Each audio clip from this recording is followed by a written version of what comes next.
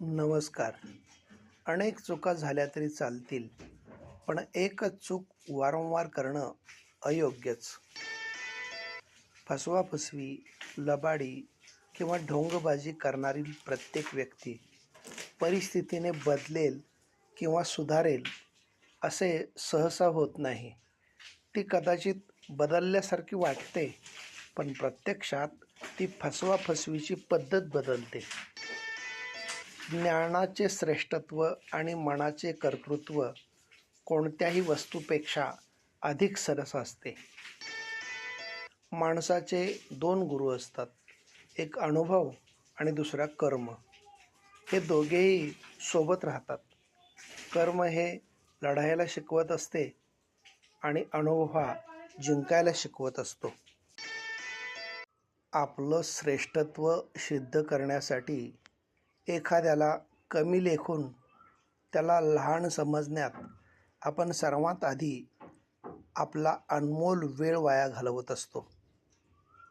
नंतर वेळ निघून गेल्यानंतर स्वतःला दोष देत फिरत असतो. हे टाळलं पाहिजे आणि त्यासाठी हे सर्व आधीच कळणं गरजेचं असतं. प्रत्येक व्यक्तीकडं कोणता ना कोणता गुण असतोच. अनेकदा कोणी परिस्थितीने गरीब असतात, पण ते गुणांनी तसेच उच्च विचारांनी आणि निस्वार्थ भावनेने परिपूर्ण असतात. आणि कोणी परिस्थितीने चांगले असतात, ते कधीकाळी विचाराने सुद्धा गरीब असतात. म्हणून कोणाला लहान समजून कमी लेखू नये. माणूस फक्त माझंच योग्य आहे हे सांगण्यासाठी वाद करत असतो.